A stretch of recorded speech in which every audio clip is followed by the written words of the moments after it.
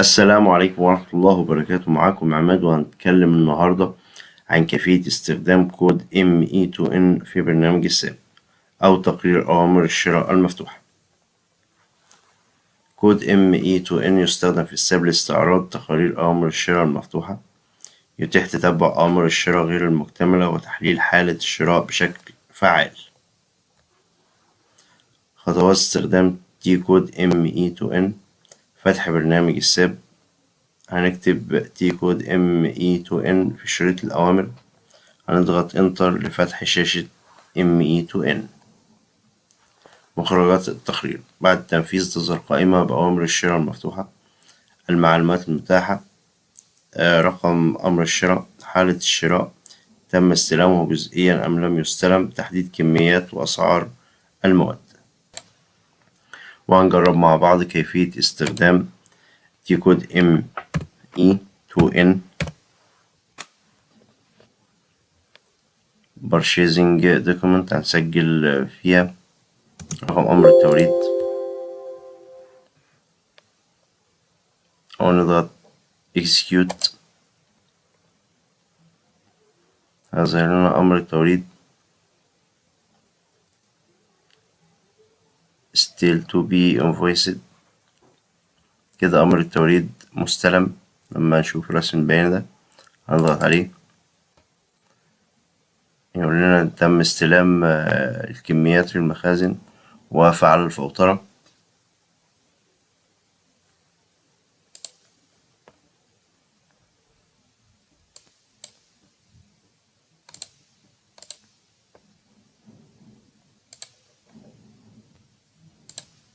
هناخد أمر التوريد ونتأكد إن الكميات دي فعلا جاهزة للفوترة. هنفتح شاشة ميرو.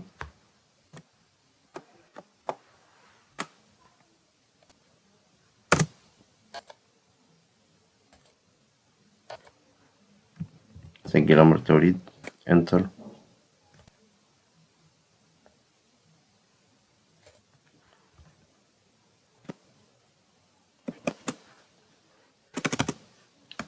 سجل amount، reference،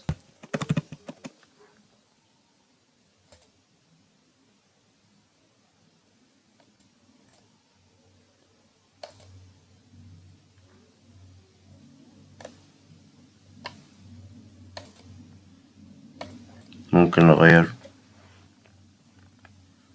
بيانات المورد، اسم المورد،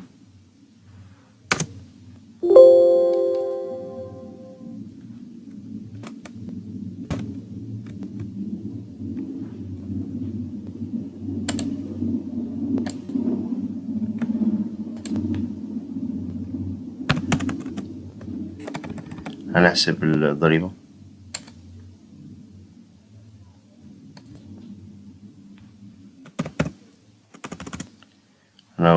هنقسم المبلغ شامل الضريبة على 1.14، هيدينا مبلغ التعامل. هنضيفه في الويز هولدنج تاكس، وبعد كده نضغط سيميوليت. ظهر لنا حساب المورد وتم خصم الضريبة. مراجعة شاشة الساب مطابقة للفاتورة.